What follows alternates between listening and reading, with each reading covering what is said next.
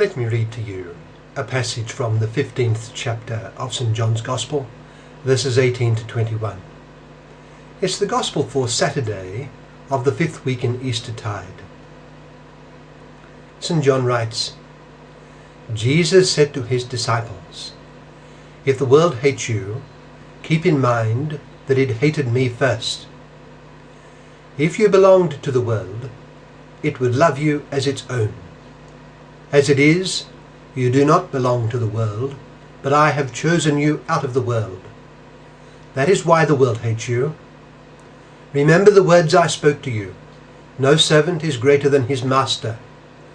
If they persecuted me, they will persecute you also.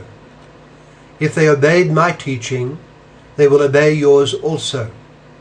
They will treat you this way because of my name, for they do not know the one who sent me." That's from John chapter 15, verses 18 to 21. What does it suggest to us?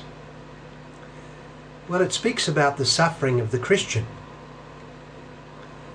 You know, years ago, an Australian politician remarked that life was not meant to be easy. Strangely, that observation drew down upon him the ridicule of sections of the press, as if what he said was itself strange. He was simply saying that life inevitably brings many difficulties. One of the difficulties of life is the opposition and criticism of others, and most people receive at least a certain share of this. This opposition and criticism can be fully justified, and it can be unjustified. Usually, it is a mixture of both because, however well-meaning and enlightened we may be, we are faulty and limited human beings. Those faults and limitations evoke our neighbour's criticism and opposition, and those criticisms can cause suffering. There is often a dose of injustice in that opposition too, because while we may be faulty, our neighbour is also faulty. His faults and sins often drive his criticisms of our efforts and of our persons. In fact, sin can be and often is the major cause of the suffering inflicted on others. All this is to say that a large portion of the suffering that is man's lot arises because of sin, the sin within the suffering person and the sin within the one inflicting the suffering.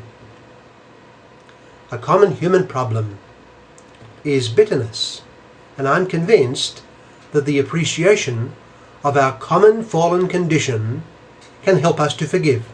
Those who hurt us are also subject to a sinful condition, as are we. But now, while life was not meant to be easy, it is to be noticed that often in history it is particularly difficult for the one who is eminent in goodness. Personal faults and sins often cannot be regarded as the principal reason for the suffering inflicted on him by others. And the paradigmatic instance of this is Jesus Christ, the sinless one. He is the paradigm for what I'm speaking of. He was without sin, without fault, because he was divine.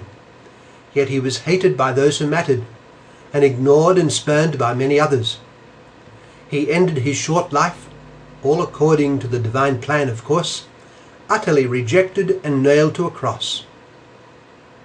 It set a mysterious pattern that those who follow him seriously, and in general the church he founded, would share in his sufferings. Of course, those who follow Jesus Christ are also faulty and limited human beings, and their faults, sins and limitations will attract the opposition and criticism of others.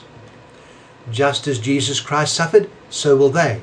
However, in their case, personal sin will have a part to play in bringing down this suffering, in a way that was in no way the case with Jesus Christ.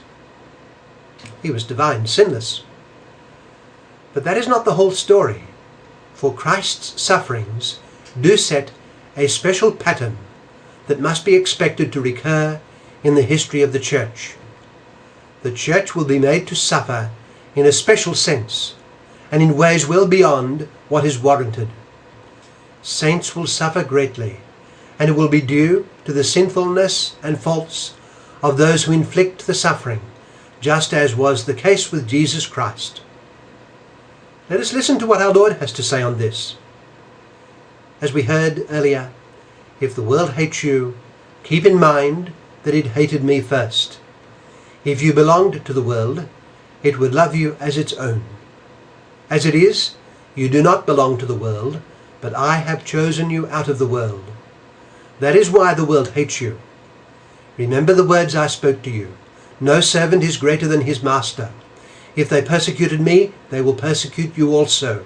If they obeyed my teaching, they will obey yours also. They will treat you this way because of my name, for they do not know the one who sent me.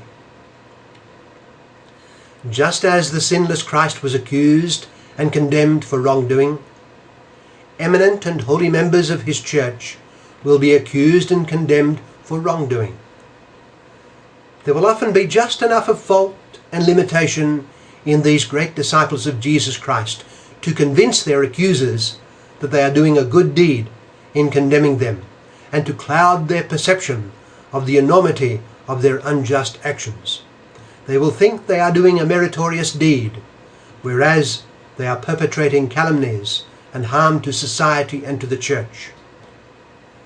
But the disciple of Jesus Christ suffers as Christ suffered, and his sufferings sanctify him and bring sanctification to the church and to the world. And thus are the sufferings of Jesus Christ continued, and the work of redemption advances.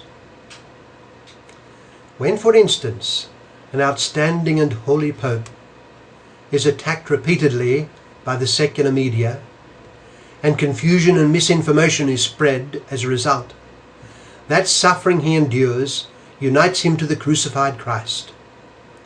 Just as Christ's sufferings redeemed the world and brought the gift of sanctity to those who accept him, so the sufferings of his close disciples increase the reservoirs of grace. Christ suffers in him, and in the process sanctifies him and the church. Let us not be dismayed at immense opposition, criticism, and sufferings being at times heaped upon the church and upon the church's chosen representatives.